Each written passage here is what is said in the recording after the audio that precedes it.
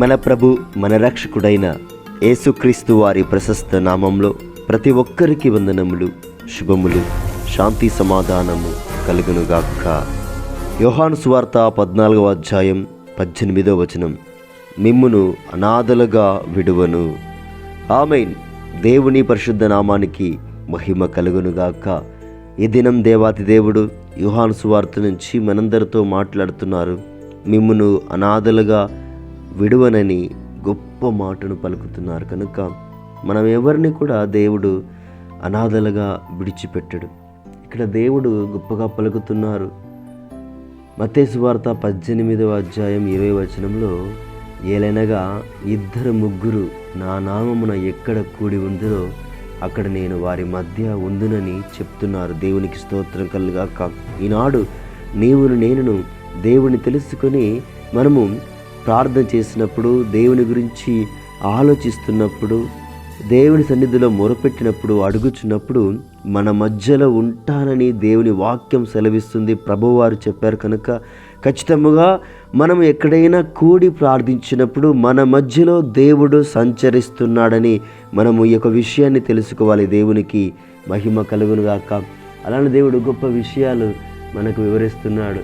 2వ తెస్సలోనికీయులకు రాసిన లేఖలో ఈ విధంగా పలుకుతున్నారు.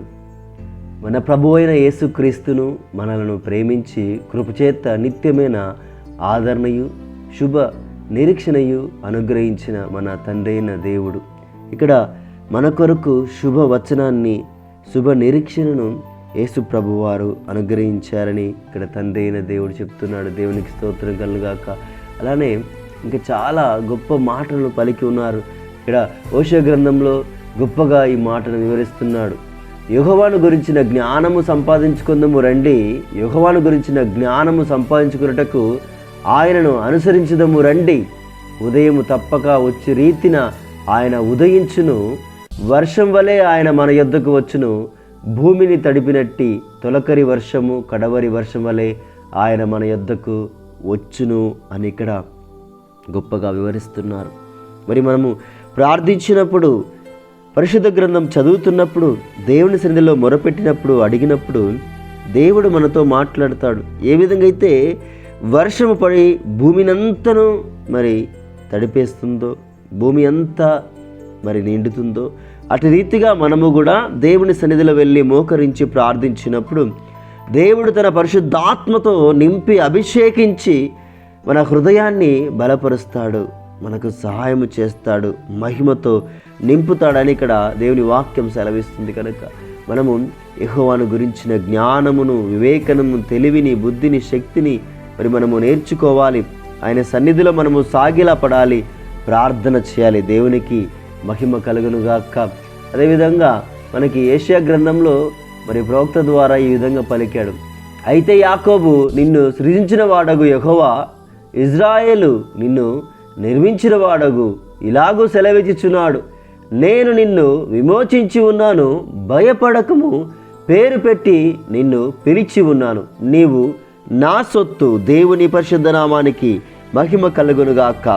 దేవుడు ప్రతి ఒక్కరిని కూడా విడిచిపెట్టను అని చెప్తున్నాడు. మిమ్మల్ని అనాథలుగా విడిచిపెట్టనని చెప్తూ నీవు నా సొత్తు అంటున్నాడు. దేవునికి స్తోత్రం కలుగాక. మరి ఆనాడు యాకోబు గారిని ఇజ్రాయేలుగా మార్చి గొప్పగా పేరు పెట్టి పిలిచి మరి 12 గోత్రాలు రావడానికి దేవుడు తనని ఆశీర్వదించాడు. దేవునికి స్తోత్రం కలుగాక.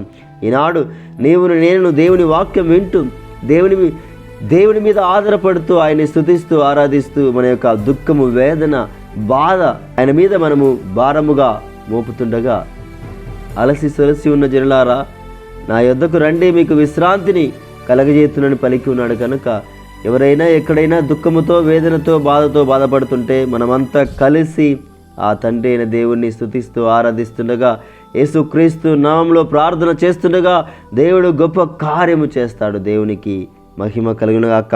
మరి ఇక్కడ మిమ్మును అనాథలుగా విడువనని పలికాడు. కనుక దేవుడు మనల్ని ఎవరిని కూడా అనాథలుగా విడిచిపెట్టడు. కనుక మనము కలిసికట్టుగా మొరపెడదాం, ప్రార్థన చేద్దాం. మనల్ని, మన కుటుంబాన్ని కట్టమని అడిగి మొరపెడదాం. మహాపరిశుద్ధుడా, కృపగల తండ్రి, గొప్ప దేవానికి వందనాలు, స్తోత్రాలు తండ్రి. ప్రభా ఈ దినము తండ్రి గొప్పగా మీరు మాతో మాట్లాడి ఉన్నారు తండ్రి. మిమ్మల్ని అనాథలుగా విడవనని గొప్ప మాటను పలికారు ప్రభా. నీవు నా సొత్తు అన్నావు తండ్రి. పేరు పెట్టి నిన్ను పిలిచి ఉన్నానని చెప్పావు తండ్రి. నిన్ను విమోచించిన వాడను నేనే అని చెప్పావు తండ్రి. వేస్తే ప్రభా నీకు వందనాలు, స్తోత్రాలు స్తోత్రాలు. ప్రభా బలపరచండి, స్థిరపరచండి, నీ ఆత్మతో నింపండి, అభిషేకించండి.